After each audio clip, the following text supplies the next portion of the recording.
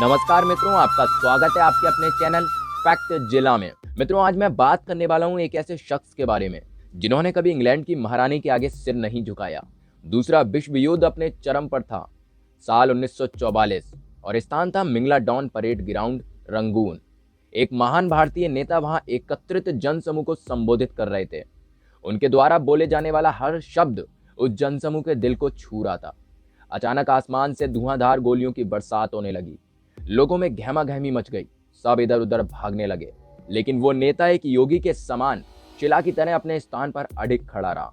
ये महान नेता थे सुभाष चंद्र बोस। जब आजाद हिंद फौज के एक अफसर ने उनसे पूछा कि वो सुरक्षित स्थान की तरफ क्यों नहीं गए, तो उनका जवाब था, मैंने संकल्प कर लिया था कि यदि मुझे मृत्यु ही प्राप्त होनी है तो मैं इस तरह से वीर गति को प्राप्त करना चाहूंगा, ना कि कहीं अपनी जान बचा के भागते हुए। मित्रों, 23 जनवरी 1897 का दिन विश्व इतिहास में स्वर्ण अक्षरों में अंकित है।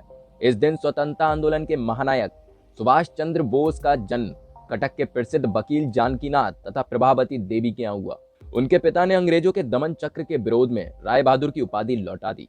इससे बोस जी के मन में अंग्रेजों के प्रति कटुता ने घर कर लिया और फिर अंग्रेजों को भारत से खदेड़ने और भारत को स्वतंत्र कराने के लिए बोस जी आत्मसंकल्प लेकर चल पड़े राष्ट्रक्रम की राह पर। मित्रों, बोस जी ICS परीक्षा में चौथा स्थान प्राप्त करके भी उन्होंने केवल इसलिए त्याग पत्र दिया था क्योंकि उनको इंग्लैंड की महारानी के सामने शीश झुकाना गवारा नहीं था। मित्रों, ये बहुत कम लोगों को पता है कि सुभाष चंद्र बोस जब भी उदास या अकेले होते थे तो वो भगवत गीता का पाठ जरूर करते थे। वो स्वामी विवेकानंद के व्यक्तित्व और उनकी बातों से भी खासे प्रभावित थे। सुभाष चंद्र बोस महात्मा गांधी के विचारों से हमेशा ही असहमत रहने वालों में से थे। उनका मानना था कि ब्रिटिश सरकार को भारत से बाहर करने के लिए गांधी जी की अहिंसा की नीति किसी काम की नहीं है और इससे उन्हें आजादी हासिल नहीं होगी।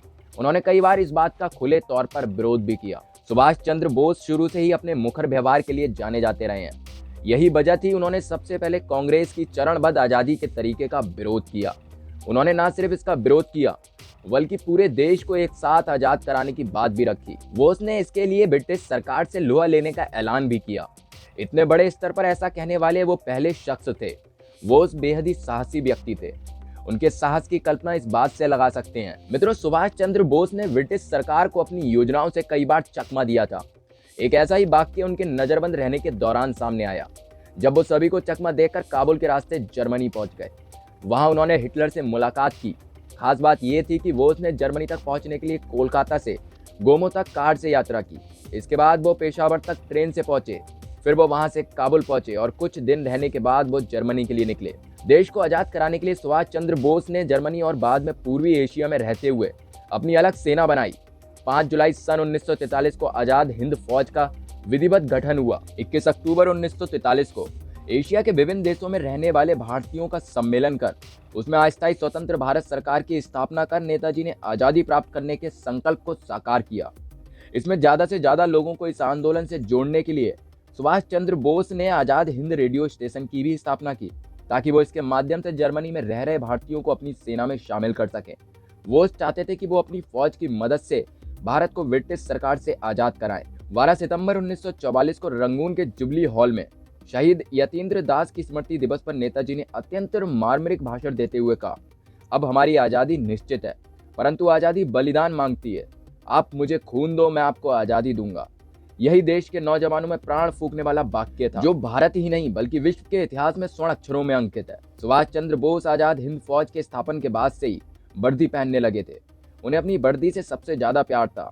कहा जाता है कि वो युवाओं में जोश भरने के लिए ऐसा करते थे। सन 1921 से 1941 के बीच नेताजी को भारत के अलग अलग जेलों में 11 बार कैद कर रखा गया। मित्रों, इसी के साथ नेताजी की एक प्रेम कहानी भी है जो ऑस्ट्रिया की राजधानी वेना में इलाज के दौरान शुरू हुई थी। सविनय अवज्ञा आंदोलन के कारण जेल में बंद नेताजी की तबीयत बिगड़ने पर इलाज के लिए उन्हें विदेश भेजा गया।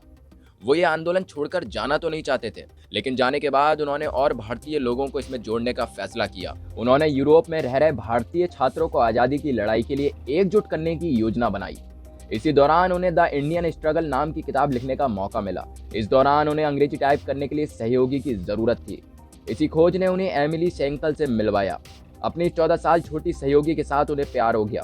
ऐसा कहा जाता है कि सुभाष चंद्र बोस और एमिली ने रहस्यमय तरीके से शादी भी की। 29 नवंबर सन 1942 को उनकी बेटी का जन्म हुआ। जिसका नाम अनीता रखा गया। आज नेताजी सुभाष चंद्र बोस की 125वीं जयंती है। सरकार अब उनकी जयंती को पराक्रम दिवस के रूप में मनाती है। इसके साथ ही प्रधानमंत्री की देखरेख में एक कमेटी भी बनी है जो नेताजी की 125वीं जयंती के अवसर पर साल भर चलने वाले कार्यक्रम की रूपरेखा तय करती है। नेताजी का निधन हुए 75 साल हो चुके हैं, लेकिन उनकी मौत आज भी रहस्य बनी हुई है। उनकी मौत का सच जानने के लिए 3 कमेटियां बनी हैं। 2 ने कहा उनकी मौत प्लेन क्रैश में हुई, जबकि तीसरी रिपोर्ट में कहा गया है कि ऐसा कोई प्लेन क्रैश हुआ ही नहीं है। तो हादसे में जान जाने की बात कैसे सही मानी जाए? उनके निधन के सालों बाद तक देश के अलग अलग हिस्सों में नेताजी को देखे जाने के दावे किए जाते रहे। बात 18 अगस्त 1945 की है। जापान दूसरा विश्व युद्ध हार चुका था। अंग्रेज नेताजी के पीछे पड़े हुए थे। इसे देखते हुए उन्होंने रूस से मदद मांगने का मन बनाया। 18 अगस्त 1945 को उन्होंने मंचूरिया की तरफ उड़ान भरी। इसके बाद किसी को फिर वो दिखाई नहीं दिए। 5 दिन बाद टोक्यो रेडियो ने जानकारी दी कि नेताजी जिस विमान से जा रहे थे वो ताई होकू हवाई अड्डे के पास क्रैश हो गया। इस हादसे में नेताजी बुरी तरह से जल गए। ताई होकू सैनिक अस्पताल में उनका निधन हो गया। उनके साथ सवार बाकी लोग भी मारे गए। बताते हैं कि आज भी उनकी अस्थियां टोक्यो के रेंकोजी मंदिर में रखी हुई हैं। इधर आजाद भारत की सरकार ने 3 बार इस घटना की जांच के आदेश दिए। पहले दोनों बार प्लेन क्रैश को हादसे का कारण बताया गया। सन 1999 में तीसरा आयोग मनोज कुमार मुखर्जी के नाम पर बना। इस आयोग की रिपोर्ट में ताइवान सरकार के हवाले से कहा गया कि 1945 में कोई प्लेन क्रैश की घटना ही नहीं हुई। इस प्लेन क्रैश का कोई रिकॉर्ड ही नहीं है। हालांकि सरकार ने इस रिपोर्ट को अस्वीकार कर दिया था। नेताजी के निधन के बाद भी देश के कई इलाकों में उनको देखे जाने के दावे किए जाते रहे। फैजाबाद में गुमनामी बाबा से लेकर छत्तीसगढ़ में उनको देखे जाने की खबरें आईं। छत्तीसगढ़ में ये मामला राज्य सरकार के पास भी गया, लेकिन सरकार ने मामले में हस्तक्षेप करने से मना कर दिया। जिन गुमनामी बाबा के नेताजी होने का दावा किया जाता है, उनके निधन के बाद उनके पास से नेताजी के परिवार की तस्वीरें, पत्र पत्रिकाओं में छपे नेताजी से जुड़े लेख और कई अहम लोगों के पत्र, नेताजी की कथित मौत के मामले की जांच के लिए गठित शाहनवाज आयोग एवं खोसला आयोग की रिपोर्ट जैसी चीजें मिली। तो मित्रों, बोस जी की मृत्यु एक रहस्य बनी हुई है। सच क्या है ये अभी तक कोई नहीं जानता है। तो मित्रों, आज की वीडियो में बस इतना ही। अगर आपको वीडियो पसंद आई हो तो लाइक, शेयर, कमेंट और चैनल को सब्सक्राइब करना ना भूलें। साथ ही साथ बेल आइकन पर भी जरूर क्लिक करें ताकि हमारी हर नई वीडियो की नोटिफिकेशन आप तक पहुंचे। जाते जाते आप सबके लिए एक वीडियो सजेस्ट करते हुए जा रहा हूं, इसे जरूर देखें। मिलते हैं एक और नई वीडियो के साथ। जय हिंद, वंदे मातरम।